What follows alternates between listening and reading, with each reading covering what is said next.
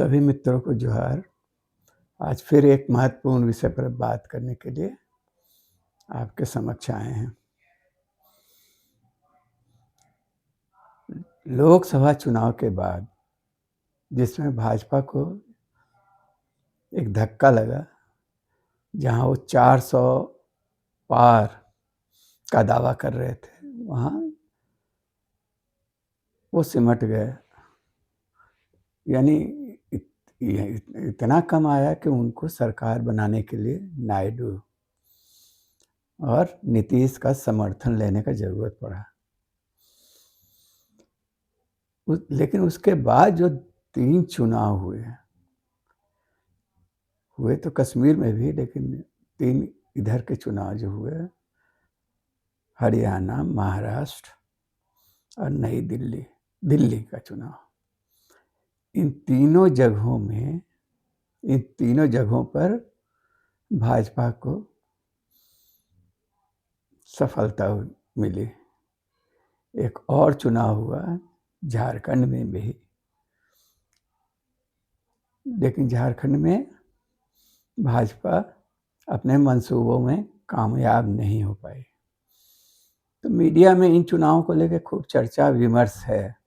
केजरीवाल के हार को लेकर भी लगातार चर्चा चल रहा है और उसका प्रभाव पूरे देशव्यापी विपक्ष की राजनीति पर क्या पड़ेगा, इसको लेकर आकलन हो रहा है।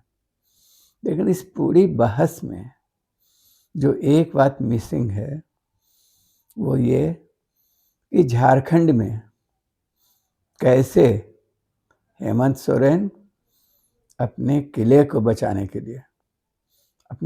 बचाने में कामयाब रहे। यानी आदिवासी बहुल 3 राज्य जो हैं, उन सबों में धीरे धीरे एक एक करके भाजपा का शासन हो गया। और झारखंड जो शायद इन सभी राज्यों में सबसे ज़्यादा महत्वपूर्ण आदिवासी राज्य था, आदिवासी बहुल राज्य था खनिज संपदा की दृष्टि से, वहाँ, और जो भाजपा के लिए बहुत अहम था, भाजपा इसके लिए लगातार प्रयास करती रही है कि कैसे इस पर उनका शासन हो। लेकिन यहाँ हेमंत सोरेन इसको बचाने में, इस राज्य को बचाने में कामयाब हुए।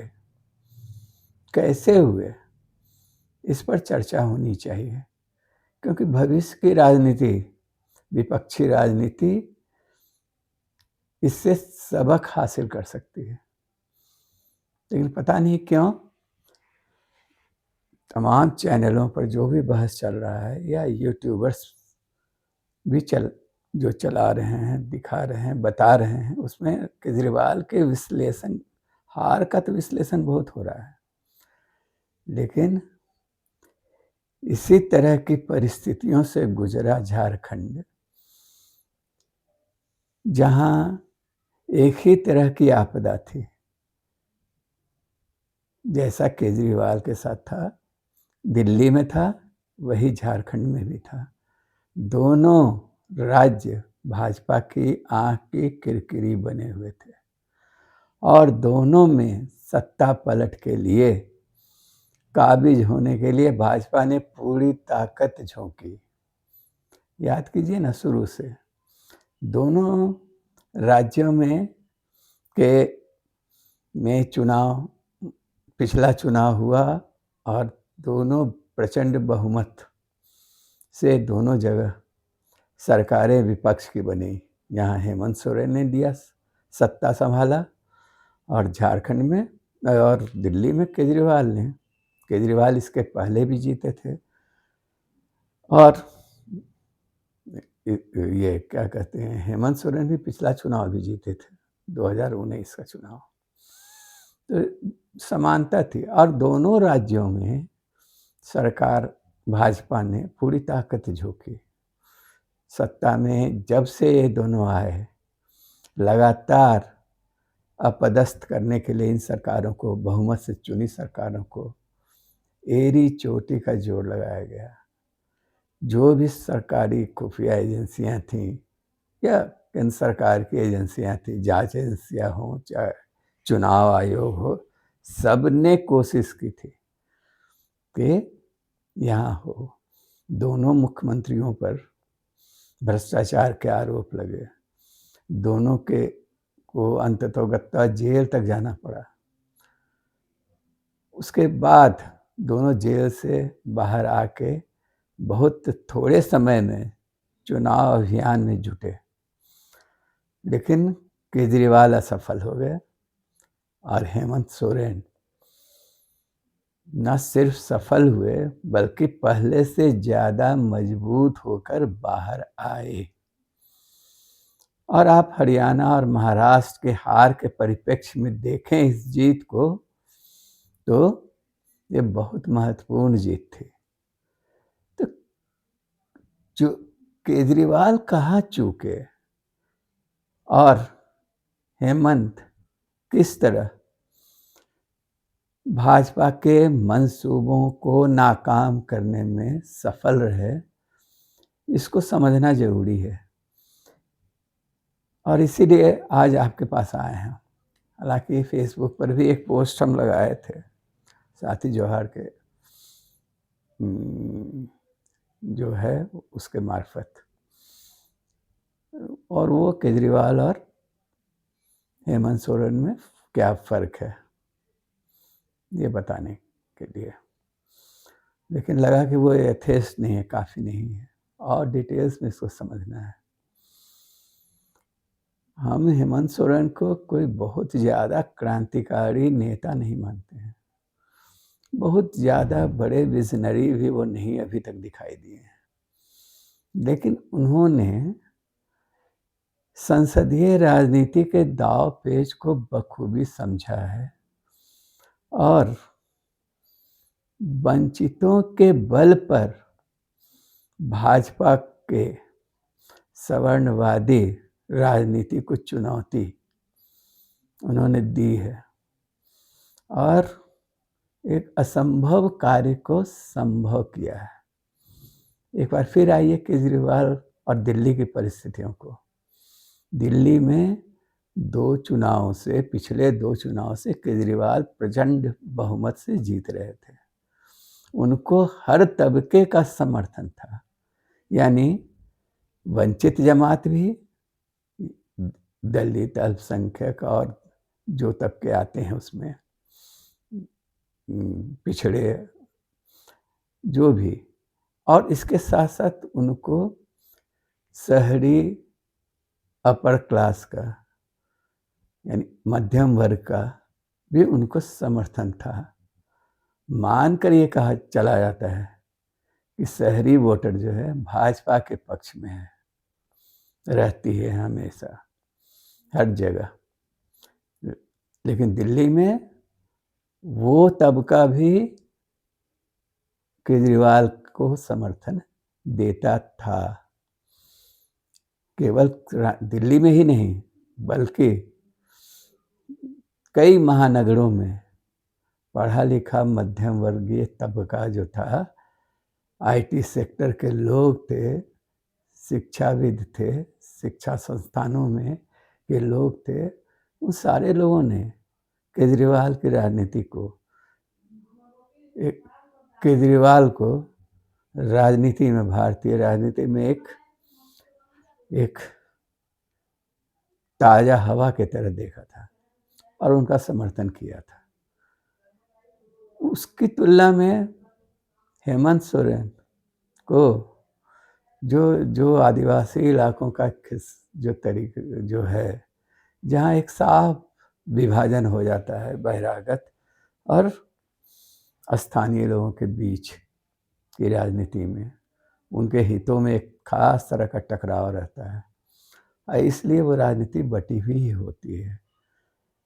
बहिरागत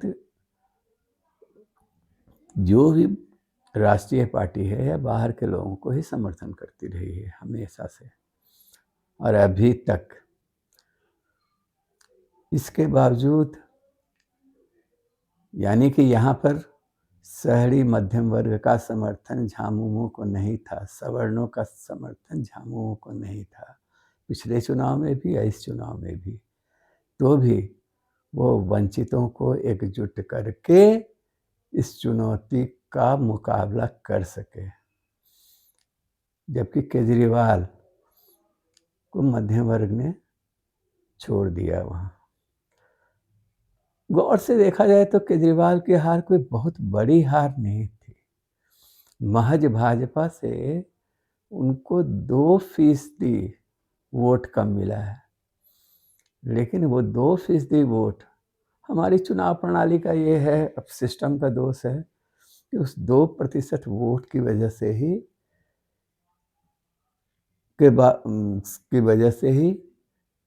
वजह से केजरीवाल 22 सीटों पर सिमट कर रह गया और भाजपा क्लियर मेजॉरिटी में चली आई।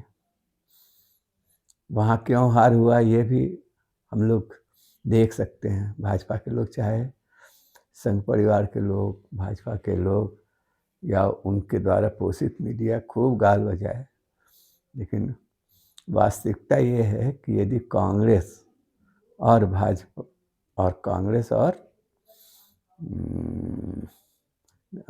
आप मिल के चुनाव लड़ी होती, केवल ऊपरी मन से नहीं, खूब तहे दिल से मिलकर इंडिया गठबंधन वहाँ चुनाव लड़ा होता, तो दिल्ली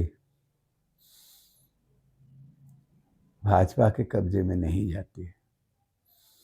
ये एकदम क्लियर है। कम से कम 14 सीट में साफ जीत का अंतर से ज़्यादा वोट कांग्रेस के उम्मीदवारों ने, प्रत्याशियों ने वहाँ काटा।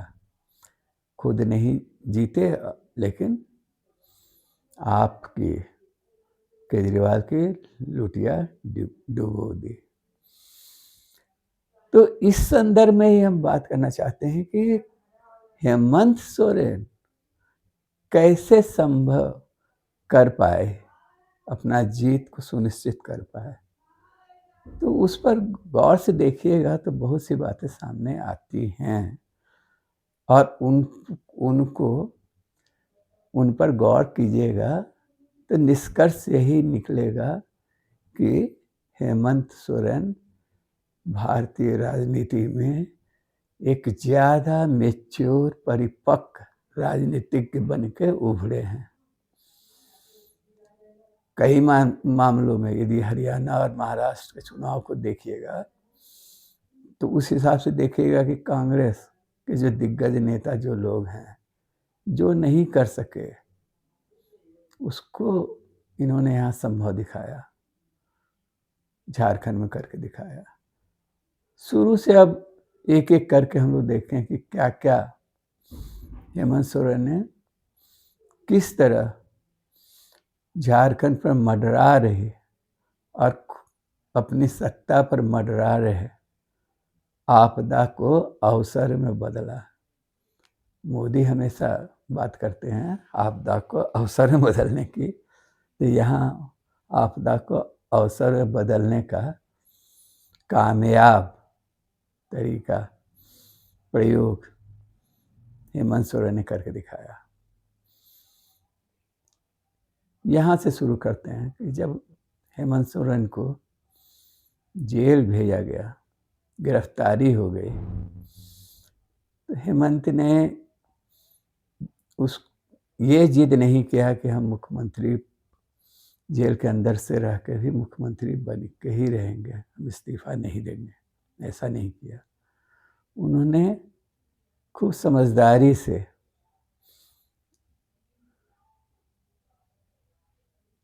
अपनी ही पार्टी के एक दूसरे नेता को मुख्यमंत्री का पद सौंप दिया और उसके बाद इस्तीफा दिया। यानी एक मर्यादा रखी कानून की कि एक मुख्यमंत्री जो गिरफ्तार है, क्रिमिनल चार्जेस जिस पर लगा हो, वही जिद पर अड़ा रहे कि नहीं हम इस्तीफा नहीं देंगे। जो गलती केजरीवाल ने की, पहला तो ये हुआ।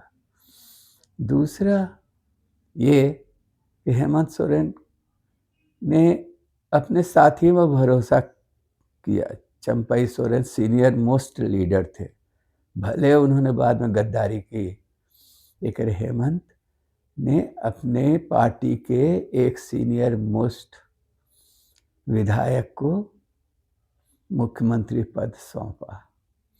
अफवाह उस समय भी खूब उड़ाया गया था कि कल्पना सोरेन को वो अपनी पत्नी को मुख्यमंत्री बनाकर जाएंगे, इसीलिए उनको चुनाव भी लड़ाया गया था उसके पहले, और जीत भी गई थी।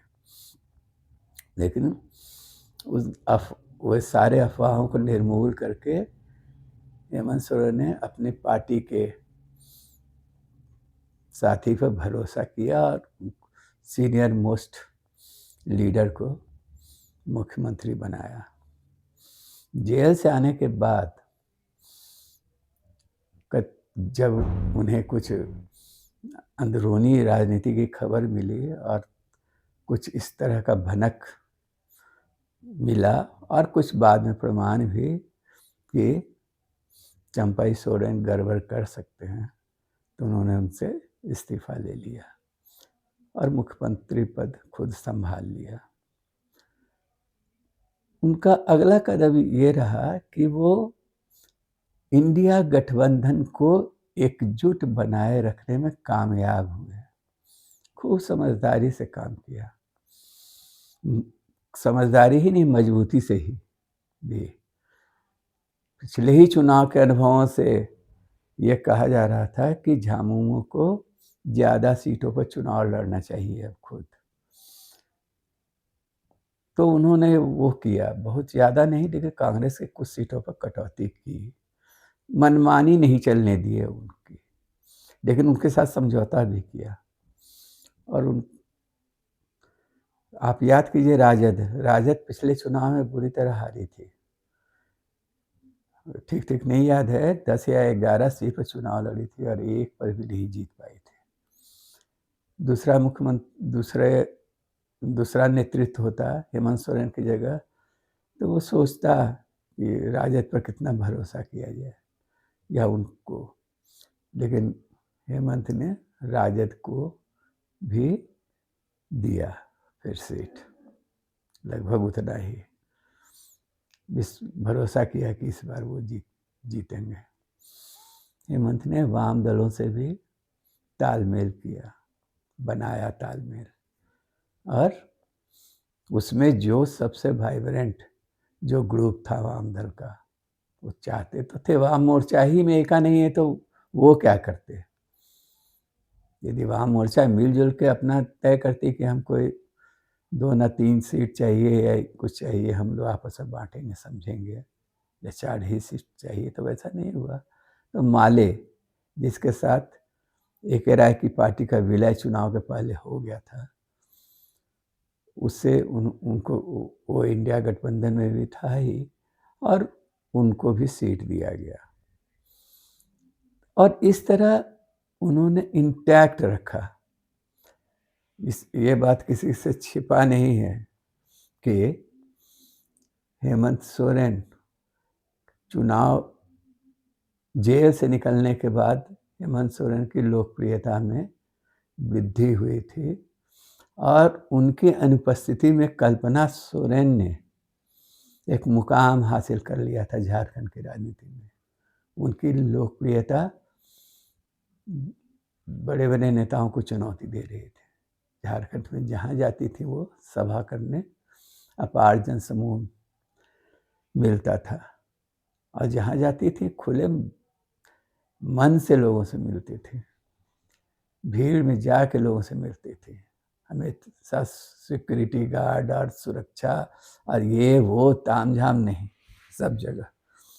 और इंडिया गठबंधन एकजुट रहा, और इसका बहुत श्रेय हेमंत सोरेन को ही जाता है कि यहाँ बहुत स्मूथली चुनावी तालमेल हो गया, सीटों का बंटवारा हो गया, और हेमंत और कल्पना ही सच पूछिए तो स्टार प्रचारक थे इस चुनाव में। तो उन्होंने सिर्फ अपना ही सीट, यानी झारखंड मुक्ति मोर्चा की जो सीटें थी उसके लिए ही चुनाव प्रचार नहीं किया। वो सभी क्षेत्रों में गई, अपने सहयोगी दलों के क्षेत्रों में भी जाकर हर जगह चुनाव प्रचार दिन रात किया और उन सब का परिणाम सामने आया है।